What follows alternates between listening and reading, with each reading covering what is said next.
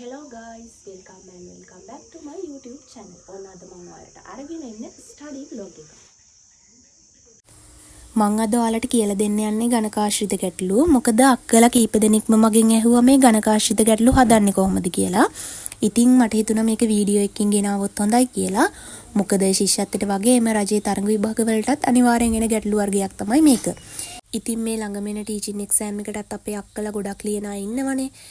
මම තවත් මේ වගේ IQ වීඩියෝ ගේන්න බලාපොරොත්තුෙන් ඉන්නවා. ඔයාලා මාව subscribe කරලා නැත්නම් මගේ channel එකත් එක්ක එකතු වෙන්න subscribe කරලා එතකොට මම වීඩියෝ එකක් දාපු ගමන් ඔයාලට දැනගන්න පුළුවන්. මම ඉතින් සරලම ගානකින් නම් තමයි හදන්න යන්නේ. මොකද ඉතින් බිඳුවේ ඉඳන් පටන් ගන්න එක හොඳයිනේ. දැන් මම කියලා දෙන්න යන්නේ මේ වගේ ගණකයක් ආවොත් මුළු ගණක ගාන අපි හොයාගන්නේ කොහොමද කියලා. එතකොට අපි කරන්නේ දිග පැත්තේ තියෙන ගණක ගානයි පළල පැත්තේ තියෙන ගණක ගානයි උස පැත්තේ තියෙන ගණක ගානයි අරගෙන ಗುಣ කරන්නයි තියෙන්නේ. දැන් මේ මං ඇඳපු එකේ නම් 3ක් නේ තියෙන්නේ. ඊට පස්සේ අපිට දිග පළල උස 3 වැඩි කිරීම 3 කියලා අරගන්න පුළුවන්. එතකොට 3 වරක් 3 9යි 9 වරක් 3 27යි. ඉතින් ඔයාලට ඕනනම් පොඩි නෝට් එකක් දාගන්න. මෙහෙම ගණකයක් ඇඳලා දිග පැත්ත පළල පැත්ත උස පැත්ත මෙන්න මේ විදිහට තමයි එන්නේ. ඉතින් ඒ තුන ගුණ කරලා අපිට මුළු ගණක ගන්න හොයාගන්න පුළුවන්. අපිට එක් පැත්තක විතරක් තීන් තාලේපිත ගණක ගන්න හොයන්න આવොත් කරන්න තියෙන්නේ වටේ තීරුව අයින් කරන එක මුහුණතක් අරගෙන. ඒ කියන්නේ අපි සෑන්ඩ්විච් හදද්දි එහෙම අර වටේ තීරුව අයින් කරන්න අන්න ඒ වගේ වටේ තීරුව අයින් කරලා මැද ඉතුරු වෙන ගාන බලනවා. දැන් මේකේ නම් වටේ තීරුව අයින් කරාම මැද ඉතුරු වෙන්නේ එකක්නේ. ඒ කියන්නේ අර වටේ තියෙන එක පොලිමක් අයින් කරනවා වටේම. කියන්නේ සමචතුරස්‍රයක් අර කපලා අයින් කරන්න පාන් පෙත්තක අපි අන්න ඒ වගේ අයින් කරාම මේක ඉතුරු වෙන්නේ එකයි.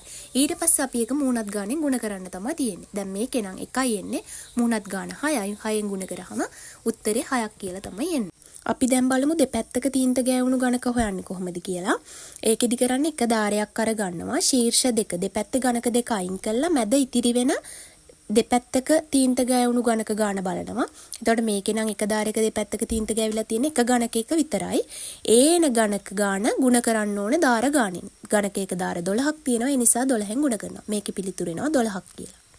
ඊට පස්සේ අපි බලමු තුන් පැත්තක තීන් තාලේපිත ගණක හොයන්නේ කොහොමද කියලා. මේක නම් හරිම ලේසි මතක තියාගන්නත් ලේසි. තුන් පැත්තක කියලා આવොත් ඒ තුන් පැත්තක තීන්ත ගෑවිලා තියෙන ගණක ගාන ශීර්ෂ ගානට සමාන වෙනවා. ශීර්ෂ ගණකයක 8ක් තියෙනවනේ.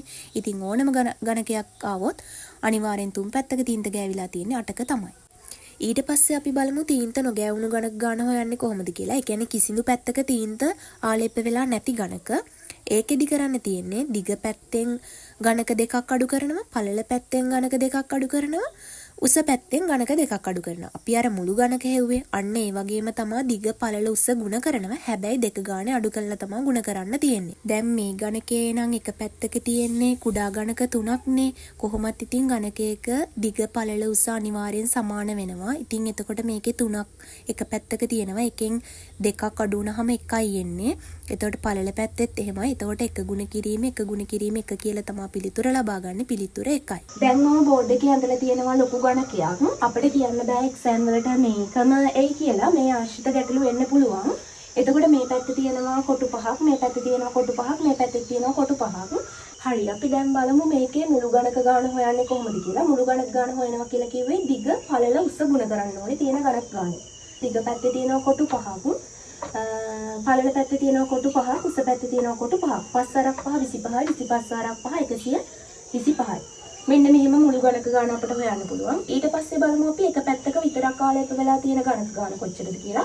මේකේ අපි කිව්වා මෙන්න මේ මැද කොටස විතරයි එක පැත්තක ආලේප වෙලා තියෙන්නේ කියලා. එතකොට එනවා මෙන්න මේ ටික. එතකොට එක මුහුණතක එක් පැත්තක ගෑවිලා තියෙන ගාන එනවා 1යි 2යි 3යි. මෙතන එනවා ගණක කොටු 9ක්. එතකොට මෙන්න මේ කොටු 9 ಗುಣ කරන්න ඕනේ අපි පැති ගානේ. පැති තියෙනවා 6ක්. එතකොට එනවා මෙතන එක් පැත්තක විතරක් 54ක් ගෑවිලා තියෙනවා. ඊට පස්සේ බලමු අපි පැති දෙකක ගෑවිලා තියෙන ගණක කොච්චරක් තියෙනවද කියලා. එතකොට අපි කිව්වා මේකෙදි ධාරි දිහා තමයි බලන්න ඕනේ පැති දෙකක ගෑවිලා තියෙන ගණක ගන්න හොයන්න.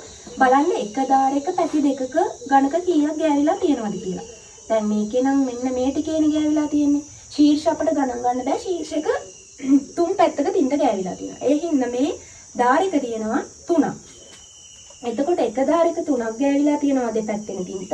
ඒක ගුණ කරන්න ඕනේ අපි ධාර සංඛ්‍යාව. එතකොට එනවා ධාර 12යි ගණකයක තියෙන්නේ.